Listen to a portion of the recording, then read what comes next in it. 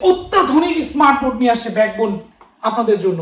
বায়োলজির কি নিয়ে আসছে, পুরা নতুন একটা সিমুলেশন এবং সহকারে নিয়ে আসছে। দেখেন সুপ্রিয় দর্শক, সবাই কেমন আছেন? আসসালামু আলাইকুম, আমি মনোয়ার হোসেন।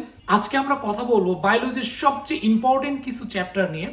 গত পর্বে আমরা ফিজিক্স কেমিস্ট্রির যখন ভিডিও দিয়েছিলাম, আমাদের কাছে অনেক টিচারই রিকোয়েস্ট করেছেন যে ভাই বায়োলজির কি আছে, বায়োলজির কিছু নাই। সুপ্রিয় দর্শক এবং যারা টিচার কমিউনিটি আছেন, সবাইকে একটা কথাই বলবো, ব্যাকবোন ডিজিটাল স্মার্ট বোর্ড মানেই হচ্ছে বাংলাদেশের এডুকেশন জগতে কিন্তু একটা মাইল ফলক।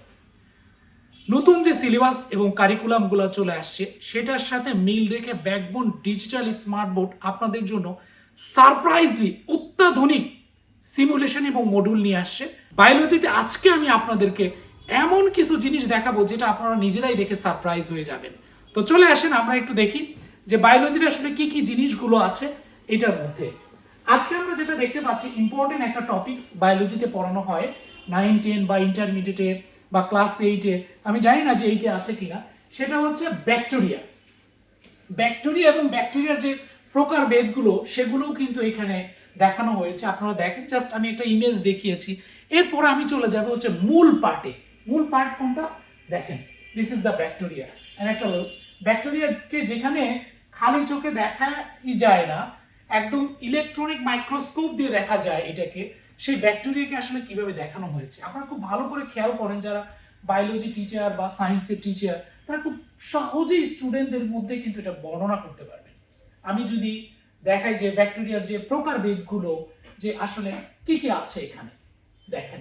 আমি যদিও বায়োলজির আসলে টিচার না, আমি আগেই বলে দিচ্ছি, তারপরে বায়োলজিকে আমি ব্যাখ্যা করার চেষ্টা করছি যে আপনাদের জন্য তুলে নিয়ে আসছে ব্যাকবোন ডিজিটাল স্মার্ট বোর্ডের মধ্যে যে কিভাবে আসলে এটাকে দেখানো যাচ্ছে।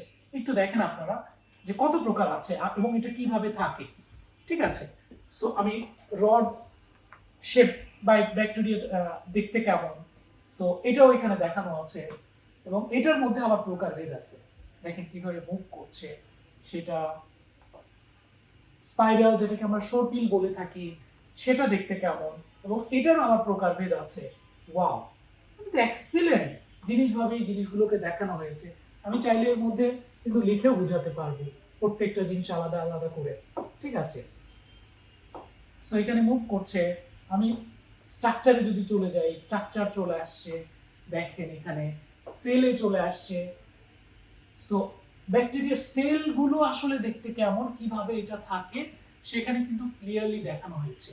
শুধু তাই না, আপনারা যারা বায়োলজির টিচার আছেন, স্টুডেন্টদেরকে পড়ানোর পরে আপনি চাইলে একটা ব্রেন স্টর্মিং এর জন্য ইনস্ট্যান্ট একটা কুইজ নিতে পারেন ক্লাসে। সেই কুইজটা কিভাবে নেবেন সেটাও আমি দেখাচ্ছি আপনাদেরকে। চলে আসেন যে আসলে একটা কুইজকে কিভাবে নেওয়া যায়, আসেন আমি দেখাই। সুপ্রিয় দর্শক, আপনারা দেখতে পাচ্ছেন যে আমি ফুল একটা ক্লাসের মধ্যে চলে আসছি।